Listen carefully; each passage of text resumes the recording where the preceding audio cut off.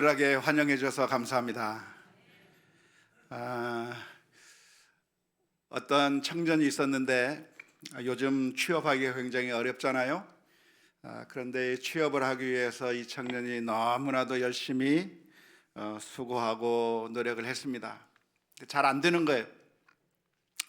하지만 몇 번의 도전을 거친 끝에 드디어 공무원 시험에 합격했습니다. 그래서 주민센터에 발령을 받게 됐습니다. 그래서 정말 꿈을 안고 그 주민센터에 가서 많은 것들을 배우는 거죠. 어떻게 하면 잘 섬겨줄 수 있는지, 잘 이렇게 봉사해 줄 수 있는지 여러 가지 것들을 그날 다 오전에 배우게 되었는데 이제 점심시간이 됐습니다. 그래서 점심시간이 되니까 같이 먼저 일하고 있던 그 선배 공무원들이 이 청년에게 이야기를 했습니다. 우리가 먼저 밥을 먹고 올 테니까 혼자 한번 해보라고. 그래서 이 청년이 혼자 남게 됐습니다. 혼자 남아서 속으로 생각하는 거예요. 제발 아무도 오지 마라. 그러고 있는데 앞을사 한 분이 문을 열고 들어옵니다. 아주 중년의 여성분이 아주 좀 거무잡잡한 옷을 입고 우울한 눈빛을 가지고 있는 그분이 들어오셔서 그 앞에 섰습니다. 청년이 물었어요. 무엇을 도와드릴까요? 그랬더니 여성분이 침울한 표정을 지으면서 이렇게 얘기를 했어요. 저 사망신고하러 왔습니다. 그러니까 이 청년이 어떻게 해야 되나 하다가 질문을 던졌습니다. 혹시 본인이십니까?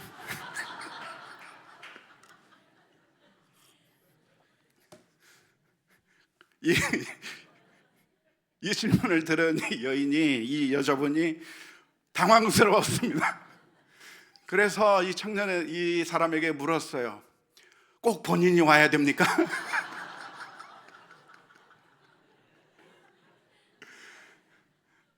네. 죽은 사람은 올 수 없어요. 그런데 오늘 은혜의 자리에 오신 여러분들은 살아있는 분이어서 이곳에 오신 줄로 믿습니다. 우리 서로 인사 한번 할까요? 혹시 본인이십니까?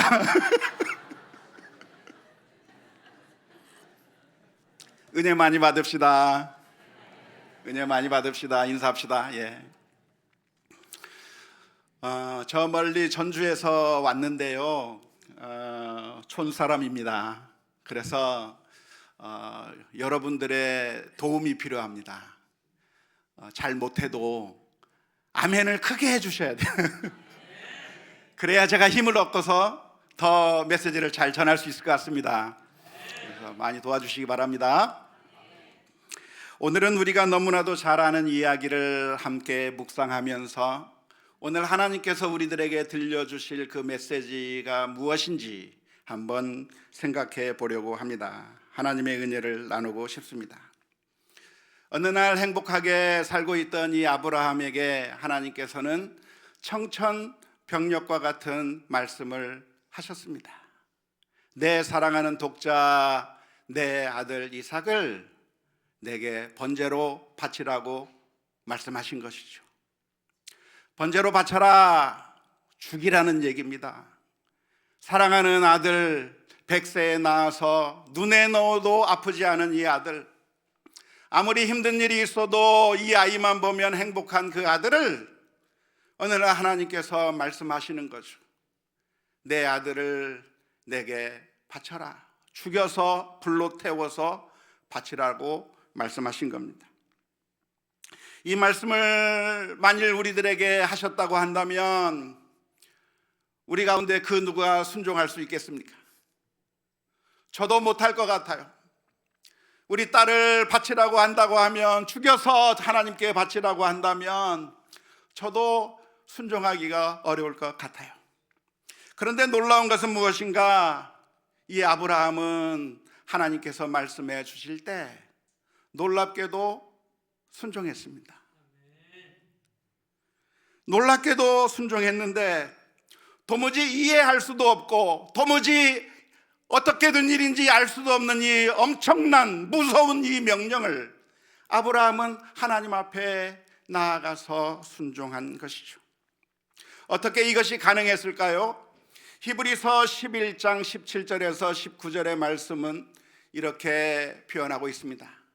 아브라함은 시험을 받을 때 믿음으로 이삭을 드렸으니 그는 약속들을 받은 자로 돼 그 외아들을 드렸느니라.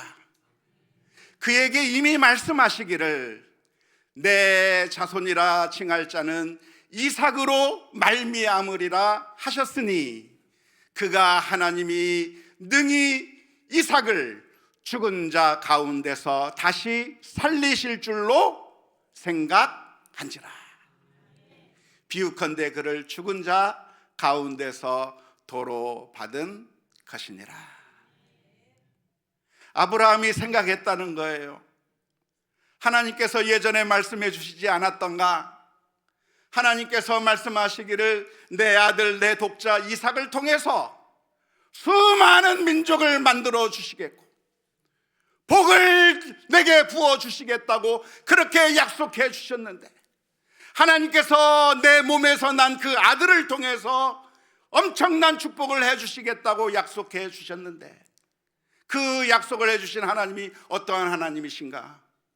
거짓말하는 하나님이 아니시오, 시건하는 하나님이 아니라 우리가 믿을 수 있는 신실한 하나님이라고 한다면, 하나님 앞에 내 아들을 죽인다 할지라도 하나님께서 다시 살리실 줄로 추론을 해서 믿었다는 거예요. 하나님을 믿었다는 겁니다. 하나님이 어떠한 하나님인가? 나쁜 하나님이 아니라, 악한 하나님이 아니라, 내 모든 것을 빼앗아가 버리는 하나님이 아니라, 하나님께서는 분명히 이 아들을 통해서 놀라운 일을 베풀어 주시겠다고 하셨는데, 심지어 목숨을 빼앗는다고 할지라도 다시 살릴 거라고 하는 믿음의 확신을 가지고 하나님 앞에 순종했다고 히브리서에서는 설명해 주고 있습니다. 그렇게 생각한다고 하면 우리도 그렇게 어려울 것이 아닐 거라고 생각이 듭니다. 그런데 오늘 우리가 질문을 던져보아야 할 것이 있다고 한다면, 하나님께서는 왜 아브라함에게 이러한 요구를 하셨을까 하는 것입니다. 정말 행복하게 살고 있던 이 아브라함에게 하나님께서는 왜 이런 명령을 해 주셨을까요? 우리는 그 하나님의 마음을 읽어야 할 필요가 있고, 하나님께서 이 일을 통해서 무엇을 이루고자 하시는지 그 의도를 발견해낼 필요가 있습니다. 우리의 믿음이라고 하는 것이 무엇인가? 우리가 가는 그 믿음의 길이라고 하는 것이 무엇인가? 우리가 걷는 그 믿음의 길이라고 하는 것은 하나님을 더 알아가는 과정입니다. 우리가 신앙생활하는 것이 무엇인가? 하나님에 대해서 더 많이 알아가는 거예요. 우리가 처음에는 하나님에 대해서 잘 몰랐지만 하나님에 대해서 좀 더 알고 좀 더 배워나가고, 하나님이 어떠한 생각을 가지고 계시고 하나님께서 어떠한 일을 해 나가시는지 하나님에 대해서 더 많이 알아가는 게 우리 성도의 그 믿음의 길이라고 할 수 있을 것인데요, 오늘 우리가 이 아브라함의 이야기를 통해서 하나님은 아브라함에게 무엇을 원하셨고, 그리고 오늘날에도 하나님께서는 우리에게 무엇을 이루기를 원하시는가, 우리가 이 말씀을 묵상하면서 함께 은혜를 나누었으면 좋겠습니다. 하나님께서 어느 날 아브라함에게 이 시험을 하신 이유가 있다고 한다면, 어쩌면 그 아브라함의 믿음을 한 단계 더 업그레이드 하시기 위해서일 것입니다. 믿음은 자꾸만 성장을 해 나가야 되는데요, 우리 아이들이 성장해 나가는 것을 보는 것이 우리 부모님들에게 얼마나 큰 행복입니까? 아이가 태어났는데 그 아이가 처음에는 아무것도 하지 못하지만 얼마 있으면 이 아이가 아장아장 걸어가기 시작합니다. 그때 얼마나 행복했어요. 이 아이가 걷기 시작하는구나. 아이가 그 걷는 아이가 뛰기 시작하는 그 모습을 볼 때 얼마나 행복하셨어요. 이 아이가 초등학교에 들어가서 학교에 들어가는 그 모습을 보면서 얼마나 행복하셨어요. 하나님도 우리가 믿음이 점점 성장해 나가기를 바라보기를 원하시는 것이죠. 우리의 믿음이 초보의 단계에 머물러 있는 것이 아니라 우리의 믿음이 점점 다 자라고 또 자라고, 그래서 엄청난 그 믿음의 그 성장이 많이 이루어지는 것을 하나님께서 보기를 원하시는데요, 하나님께서 우리의 믿음을 어떻게 훈련시키시고 어떻게 성장시켜 나갈 거라고 생각하시나요? 그것은 시험을 통해서입니다. 우리의 믿음은 어떻게 성장하는가? 시험을 통해서 성장하는 것이죠. 우리 아이들이 학교에 가서 무엇인가를 배운다고 한다면 어떻게 아이들의 실력이 커갑니까? 시험이 있어야 돼요. 시험을 안 보면 안 되는 거예요. 시험을 통해서 배운 것을 잘 이해했는지, 부족한 것은 무엇인지 판단하고, 그래서 그 시험을 통해서 점점 그 믿음을 키워 나가도록, 시험을 통해서 무엇이 잘못됐는지, 어떻게 더 성장할 수 있는지를 배우는 것과 마찬가지로 우리의 믿음도 어떻게 성장하는가? 우리가 아주 편안한 상황 가운데서 아무 문제가 없을 때 우리의 믿음이 성장하는 것이 아니라, 사실은 하나님께서 우리에게 주시는 여러 가지 시련과 아픔과 고난을 통해서, 우리가 이 세상에서 살아가는 과정 가운데서 만나게 되는 여러 가지 시험 문제들을 통해서 우리의 믿음이 하나씩 커져 나가게 되어 있는 것이죠. 지금까지 아브라함은 어떤 훈련을 해왔습니까? 믿음의 훈련을 많이 해왔습니다. 어느 날 하나님께서 아브라함에게 나타나셔서 말씀하셨습니다. 너는 내 본토 친척 아버지의 집을 떠나 내가 내게 지시하는 땅으로 가라. 하나님께서 그 말씀을 해주시면서 목적지를 말씀해 주지 않으셨어요. 그냥 나만 믿고 내가 인도하는 대로 따라가라 말씀해 주신 것이죠. 그때 이 아브라함이 하나님을 신뢰하기 시작했고, 하나님의 말씀에 따라 순종하면서 저 갈대아 우르 지방에서부터 하란을 거쳐 가나안 땅까지 도착하게 됐어요. 그 과정을 통해서 아브라함의 믿음이 조금씩 성장해 나가는 겁니다. 그 과정 가운데 의심의 순간이 있었을까요? 없었을까요? 있었을 거예요. 내가 이러다가 죽는 거 아닐까? 지금 내가 어디로 가는 것이지? 이러다가 나는 완전 망하는 것이 아닐까? 그런 의심이 들기도 했었겠지만, 그러나 하나님을 신뢰하는 가운데 하나님께서 인도해 주시는 대로 가다가 가나안 땅을 바라보면서, 하나님께서 이곳으로 인도하려고 하셨구나, 하나님께서 이 땅을 나에게 주시려고 했구나, 그것을 바라보면서 하나님을 믿는 것이 옳았구나라고 하는 사실을 배워나갈 수가 있게 된 것이죠.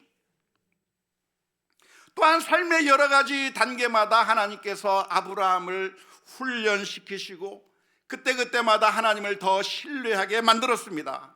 목숨이 위태로울 때 하나님을 의지하게 만드셨고요, 뿐만 아니라 자기 아내를 빼앗겨 버릴 수 있는 그런 순간 가운데 하나님께서 보호해 주시는 그 사건을 통해서 하나님만 믿을 수 있구나, 하나님만 의지해야 되겠구나라고 하는 사실을 믿게 만들으셨고, 뿐만 아니라 아들이 없이 100살이 되는 그 상황 가운데서 이제 나는 틀렸구나, 나는 더 이상 아들도 없고 후손을 볼 수 있는 그런 아무런 기회도 없다고 생각될 그때 하나님께서는 100세의 아들을 낳게 해주셔서 하나님을 전적으로 신뢰하게 만드는 훈련들을 해서 그 믿음이 조금씩 성장해 왔다고 할 수가 있는 것이죠.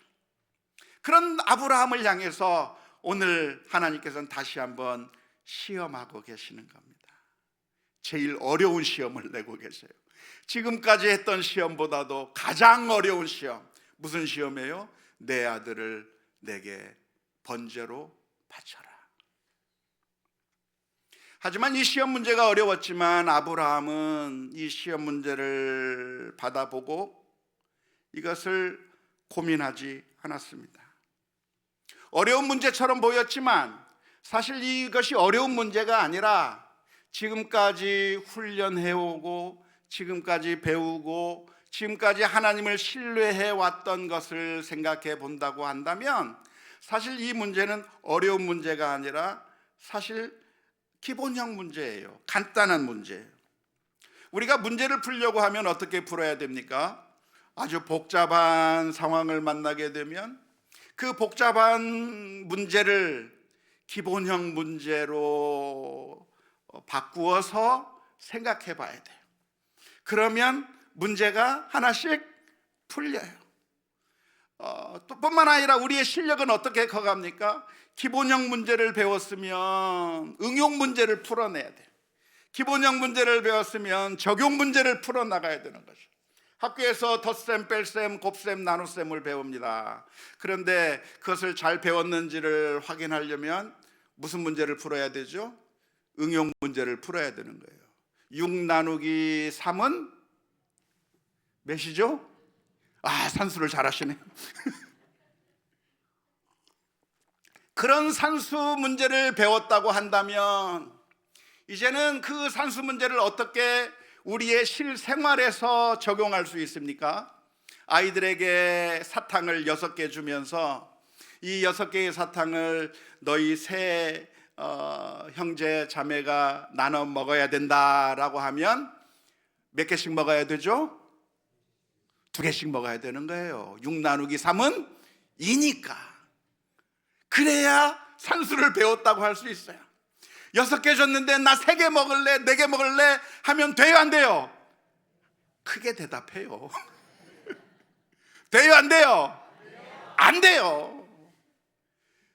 산수를 배우면 우리의 실생활 가운데서 응용 문제를 풀어 나가야 하듯이 기본형 문제를 배웠으면 어려운 문제도 그 기본형 문제에 대입해서 풀어 나가듯이 우리 믿음의 문제도 사실은 어려운 문제를 보면 기본형 문제가 무엇인가를 생각해 봐야 하는 것이죠. 어느 날 하나님께서 아브라함에게 말씀하시기를 내 아들 내 독자 이삭을 내게 바쳐라. 정말 풀 수 없는 문제이고 정말 이해하기 어려운 문제이고 정말 이건 도무지 납득이 되지 않은 문제처럼 보이지만 사실 이 문제는 어려운 문제가 아닙니다. 이것을 아주 간단한 기본형 문제로 바꾸어 보면 사실 지금까지 많이 봐왔던 문제라고 할 수 있어요. 이것을 가장 기본형 문제로 바꾸면 어떤 문제가 되죠? 너는 하나님을 제일로 사랑하느냐?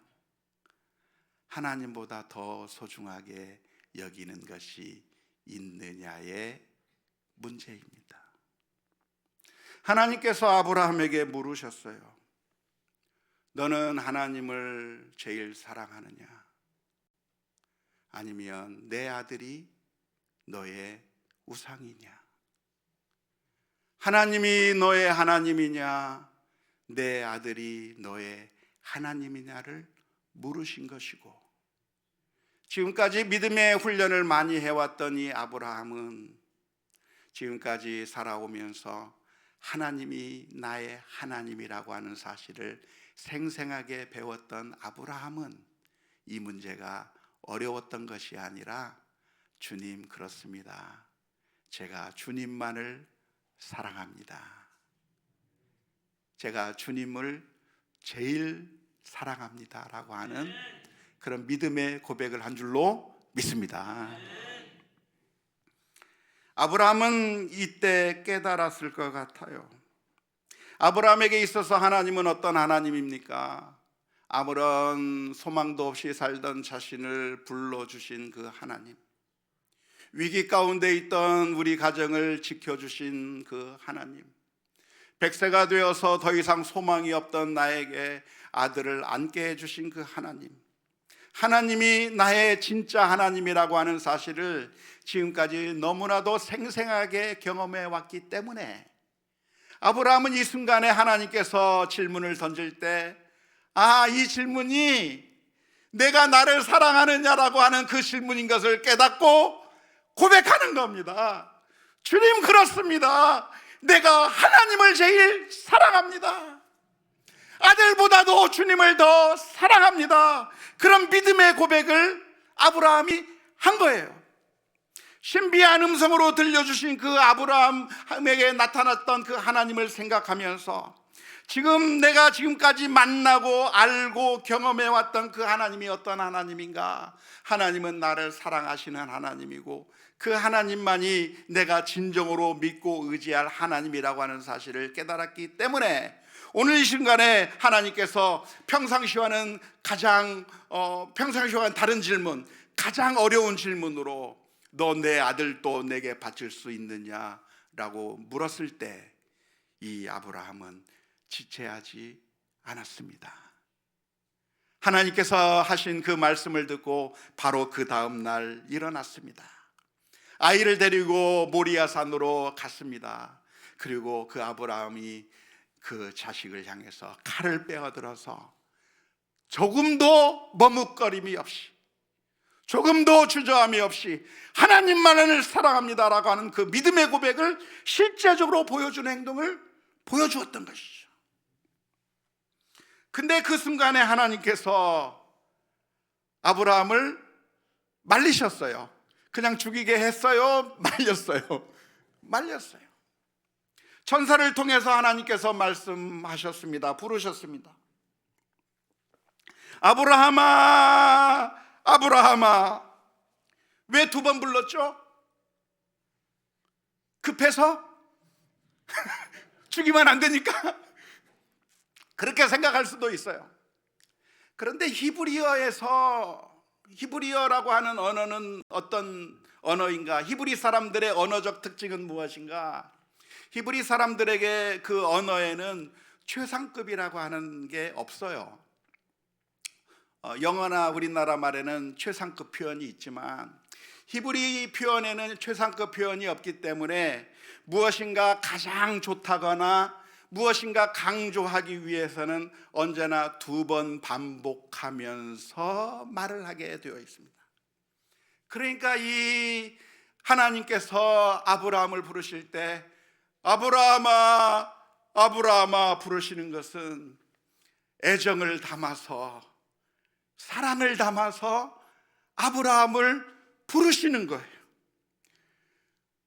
예수님께서 말씀하시기를 마지막 날에 주여 주여 내가 주의 이름으로 선지자 노릇하며 하는 그런 말씀이 있는데 하나님과의 친밀함을 나타내기 위해서 두 번 부르는 거죠.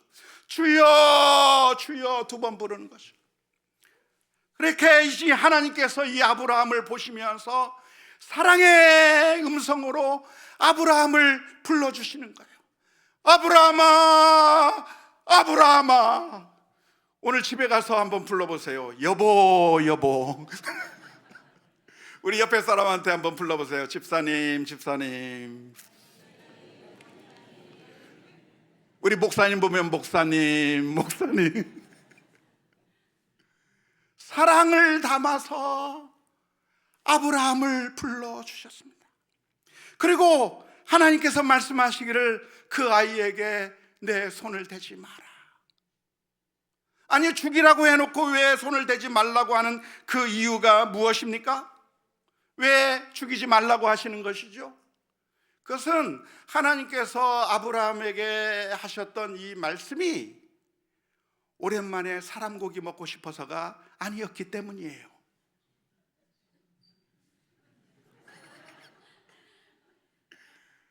하나님이 먹을 게 없어서 말한 게 아니란 말이에요. 하나님이 배고파서 그 아이를 달라고 말한 게 아니고 하나님은 아브라함의 마음을 보고 싶었던 거예요. 정말 내가 사랑하느냐? 정말 네 아들보다 나를 더 사랑하는가를 보고 싶었던 것이 바로 하나님의 마음인 것이고, 우리의 믿음이 정말 하나님을 사랑한가를 보기를 원하시는 것이 하나님의 마음이라고 하는 사실을 기억해야 할 줄로 믿습니다. 저도 종종 제 두 딸아이를 놓고서, 이 아이들을 놓고서 테스트 해볼 때가 있었어요. 지금은 다 커버려서 이제 시집도 가고, 이제 또 5월이면 또 둘째가 또 시집도 가는데, 유치원 나이 정도 됐을 그때 우리 두 딸아이 앞에서 제가 우리 딸아이를 놓고서 테스트를 종종 했습니다.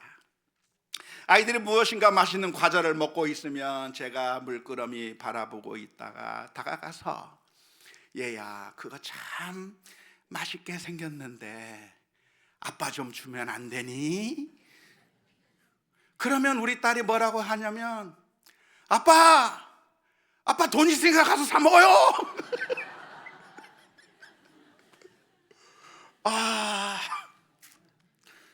굉장히 충격이었습니다. 물론 저를 사랑하고 있는 것은 맞고 그러지만 제가 돈 있는 걸 알았어요. 그런데 우리 둘째 딸아이한테 가서 이야기를 했더니, 이 둘째 딸아이가 먹으려고 하다가 제게 내미는 거예요. 아빠 먹어. 아빠 먹어. 그걸 보고 제가 먹었을까요? 안 먹었어요. 아니야, 그냥 해본 소리야, 너 먹어. 그랬더니 우리 둘째 딸아이가, 아니야, 아빠 먹어. 제 입에 막 넣어주는데, 제가 딸 바보가 되지 않을래야 않을 수가 없는 것이죠. 하나님께서도 아브라함을 향해서 질문을 던지는 겁니다. 내가 나를 사랑하느냐? 내가 나를 사랑하느냐? 그렇게 질문을 던지고 있는 것인데, 놀랍게도 이 아브라함은 그 시험 가운데서 100점 만점 합격점을 받은 줄로 믿습니다. 오늘 읽은 말씀 창세기 22장 12절의 말씀에 보면, 사자가 이르시되 그 아이에게 내 손을 대지 말라, 그에게 아무 일도 하지 말라. 내가 내 아들 내 독자까지도 내게 아끼지 아니하였으니 내가 이제야 내가 하나님을 경외하는 줄 아노라. 이 시험 문제가 어떤 시험 문제였어요? 경외하나 경외하지 않나를 묻는 시험 문제였어요. 하나님을 사랑하나 하나님을 사랑하지 않는가를 보시고자 하는 시험 문제였어요. 문제는 아들을 바치라고 내신 주님께서 아들을 바쳤으니까 100점이 아니라 네가 경외하는구나, 네가 나를 사랑하는구나, 네가 나를 가장 소중하게 여기는구나, 그 합격점을 보시면서 100점 만점을 아브라함에게 주신 것이죠. 이 시험이 어떤 시험이었어요? 믿음의 테스트였어요. 사랑의 테스트였어요. 하나님을 얼마나 신뢰하는가의 테스트였고, 하나님께서는 그 아브라함의 마음이, 아브라함의 믿음이 정말 하나님을 신뢰하고 하나님만을 사랑하는가를 보기를 원하셨던 것입니다. 그리고 그 시험에 아브라함은 100점 만점의 답안을 내게 된 것이죠. 저는 이 아브라함의 이야기를 읽을 때마다 성경에서 또 다른 한 이야기를 늘 떠올리곤 합니다. 그것은 바로 신약에 기록된 말씀인데요, 어느 날 어떤 부자 청년이 예수님 앞에 나와서 질문을 던졌습니다. 선한 선생님, 어떻게 하여야 영생을 얻습니까? 그때 예수님께서는 이 청년을 보시고서 하나씩 질문을 던졌습니다. 네가 율법을 잘 알고 있지 않느냐? 네가 율법을 잘 지켰느냐? 물으셨어요. 내가 성경에 있는 말씀처럼 살인하지 말라, 간음하지 말라, 도둑질하지 말라, 거짓 증거하지 말라, 내 부모를 공경하라, 내 이웃을 내 몸과 같이 사랑하라 하셨는데 이 말씀을 지켰느냐고 물었습니다. 그러자 이 청년이 의기양양하게 대답했습니다. 예, 예수님, 예, 선생님, 다 지켰습니다. 어려서부터 다 지켰습니다. 하나님의 말씀 다 지켰다고 대답을 했습니다. 그 말씀을 들은 예수님께서 이 청년에게 또 한 번 더 질문을 던지셨습니다. 이번엔 무슨 말씀을 하셨냐면, 내가 온전하고자 할진대 가서 내 소유를 팔아 가난한 자들에게 주라. 그리고 와서 나를 따르라. 그 말씀을 들은 이 청년은 갑자기 당황하기 시작했습니다. 왜냐하면 이 청년이 굉장히 부자였거든요. 그런데 그냥 부자가 됐겠어요? 정말 뼈를 깎는 고생을 하면서 정말 많은 노력을 해가면서 이 돈을 얻기 위해서 정말 고생해서 그 많은 부를 얻었을 겁니다. 그래서 여기까지 오는데 내가 흘린 땀방울이 얼마겠어요? 이 부를 축적하기 위해서 내가 그 수욕과 모욕을 참아가면서 이 돈을 모으기 위해서 얼마나 많은 노력을 했겠어요. 그래서 이제 좀 겨우 내가 잘 살게 되었고 이만큼 부를 갖추었는데 주님의 말씀이 그거 다 팔아버리고 가난한 자를 다 줘버리고 너는 나를 따르라고 말씀하실 때 이 청년의 마음 가운데 당황스러운 겁니다. 아마 속으로 이런 생각을 했을 거예요. 아니, 예수님, 십계명이 없는 내용을 말씀하시면 어떡합니까? 교과서에서 문제 내야죠. 교과서 밖에서 문제를 내면 어떡합니까? 성경에 이런 말씀이 어디 있습니까? 그런데 사랑하는 성도 여러분, 이게 성경에 있는 내용이에요? 없는 내용이에요? 있어요. 어디에 있습니까? 십계명에 있어요.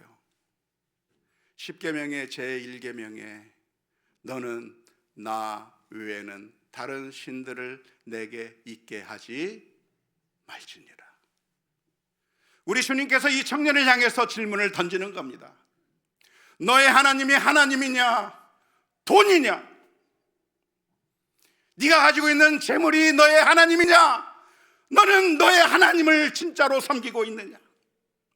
만일 예수님께서 이 십계명의 문제를 제1계명을 그냥 기본형 문제로 내셨다고 한다면 이 청년은 그냥 예, 예수님, 저는 하나님만 섬깁니다, 하나님만 믿습니다 라고 그냥 대답했을 것 같아요.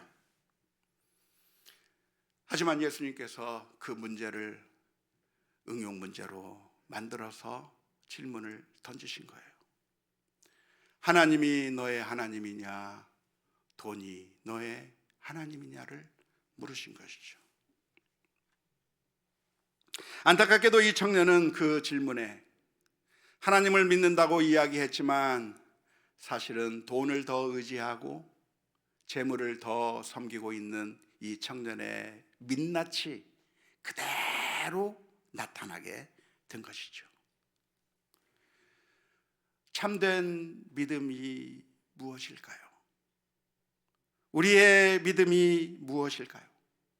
참된 믿음은 우리가 하나님을 사랑한다고 하는 그 고백이 우리의 삶의 모든 영역에서 실제적으로 나타나는 데까지 나아가야 참된 믿음이에요.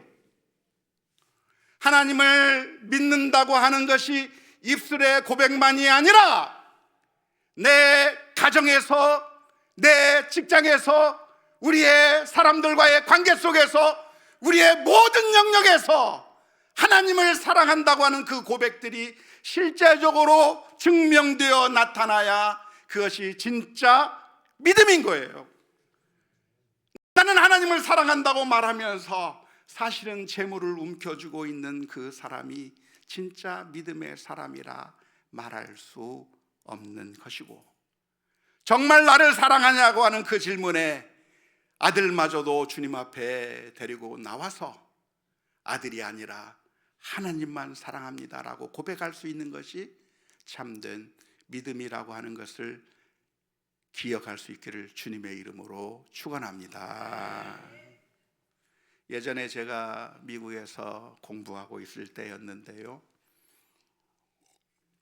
필라델피아라고 하는 곳에서 공부도 하면서 조그만 교회를 목회하기도 하면서 그렇게 목회를 병행하고 있을 때였습니다. 목사님들끼리 서로 모여가지고 서로 이야기를 나누었어요. 이야기를 하는데 목사님들끼리 서로 이야기하다가 어떤 이야기가 나왔냐면, 어떤 목사님이 말을 툭 던지는 겁니다. 제가 듣는 이야기가 있는데 교회 이름하고 교회의 실제 모습하고는 정반대로 간다고 합디다 그러는 거예요. 그러니까 다른 목사님이 그 얘기를 듣더니 맞아요, 맞습니다 그러면서 맞장구를 치는 거예요. 그러면서 제일 먼저 타겟이 된 교회가 어느 교회였을까요?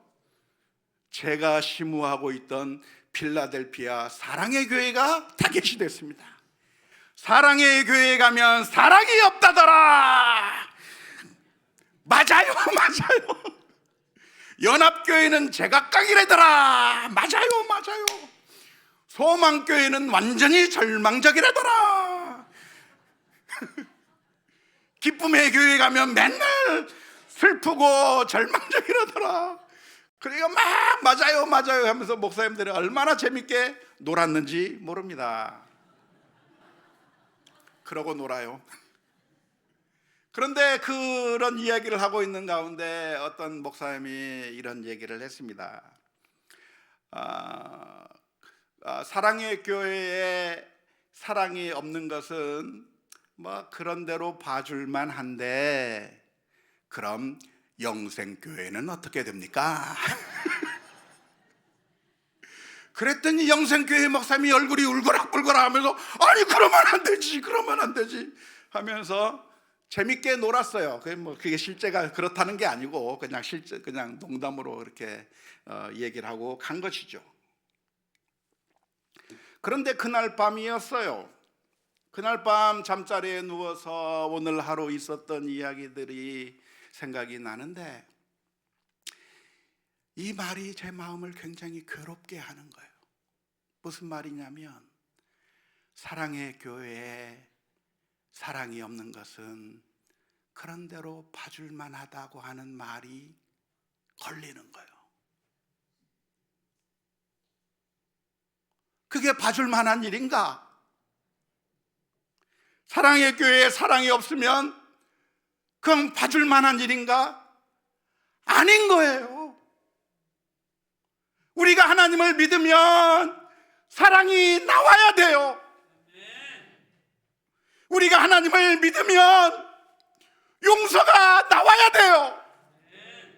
우리가 하나님을 믿으면 서로 돌보주고 따뜻한 말로 위로해주고, 그래서 정말 우리가 하나님을 믿는 그 믿음의 표현들이 우리들의 모든 삶의 영역 가운데서 다 나타나야 그게 진짜 믿음인 것이지. 하나님을 믿는다고 말하면서 교회에서 맨날 싸우고 온 사랑은 어떤가요? 보니까 분위기가 좋습니다. 우리의 마음 가운데 하나님을 믿는 믿음이 있다고 한다면, 내가 직장에서 일하면서 대충 하는 것이 아니라 주께 하듯이 해야 되는 게 맞아요. 내가 하나님을 믿는다고 한다면 장사를 하더라도 정직하게 공평한 저울추를 사용하며 손해보더라도 정직하게 하는 게 맞아요. 정말 내가 하나님을 사랑한다고 한다면 내가 어떤 목적을 이루기 위해서 수단과 방법을 가리지 않고 하는 것이 아니라 하나님께서 기뻐하실 일이 무엇인가, 하나하나 따져가야 하는 것이죠. 정말 내가 하나님을 사랑하는 사람이라고 한다면 남편은 아내를 향해서 자상하게 이야기해 줘야 되고, 예수님께서 우리를 위하여 십자가 위에서 피 흘려 주신 것처럼 그렇게 사랑해야 맞아요. 만일 우리가 하나님을 믿는다고 한다면 우리 자녀들을 노엽게 하는 것이 아니라 아이들의 말에 귀를 기울이고 아이들과 눈물을 맞추면서, 그래서 정말 나를 통해서 하나님이 아버지라고 하는 사실들이 너무나도 따스하게 느껴질 수 있도록 우리 자녀들에게 깊은 사랑을 베풀어 주는 것이 맞아요. 그래서 우리들의 삶 가운데 우리의 믿음이 단순히 이 젊은 청년처럼 내가 그냥 하나님을 믿습니다가 아니라 우리의 모든 영역 가운데서, 응용의 영역 가운데서 하나씩 하나씩 다 나타날 수 있기를 주님의 이름으로 축원합니다. 뿐만 아니라 우리들의 모든 복잡한 문제들이 있다고 한다면 기본형 문제로 바꾸어 보는 훈련이 필요합니다. 문제를 풀 때 어떻게 풀어야 돼요? 기본형이 뭔가, 어떤 기본형으로 풀어야 될 것인가. 속상한 일이 있으면 무슨 기본 문제로 풀어야 될까요?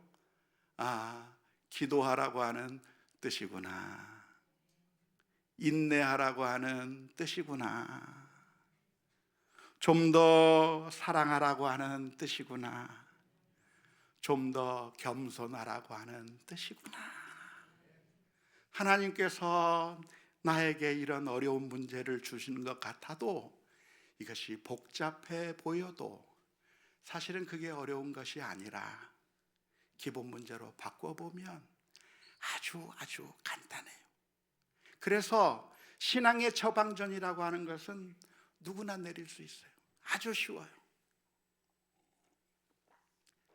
기도하라는 겁니다. 기도하세요. 기도합시다. 인내합시다. 참고 견딥시다. 내가 수고하고 애를 썼지만 아무런 열매가 없는 것 같은 상황에서도 하나님께서 이루어 주실 그 날을 기억하면서 참고 인내하다 보면 우리가 선을 행하다가 낙심하지 말지니 때가 이름에 열매를 거둘 것이라고 하는 그 주님의 말씀을 기억하면서 인내하고 참고 기다리는 믿음을 가져야 할 줄로 믿습니다. 우리가 신앙생활 하면서 어려움에 빠지는 이유가 무엇일까요? 그것은 하나님보다 더 사랑하는 것이 있기 때문에 그렇습니다.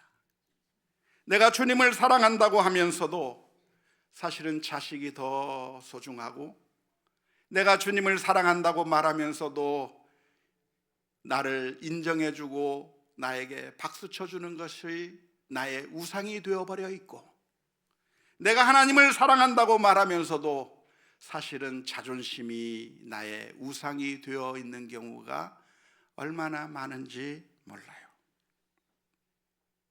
그래서 오늘 이 아브라함의 이야기를 읽으면서 오늘 우리 자신을 살펴보는 믿음이 있어야 될 줄로 믿습니다.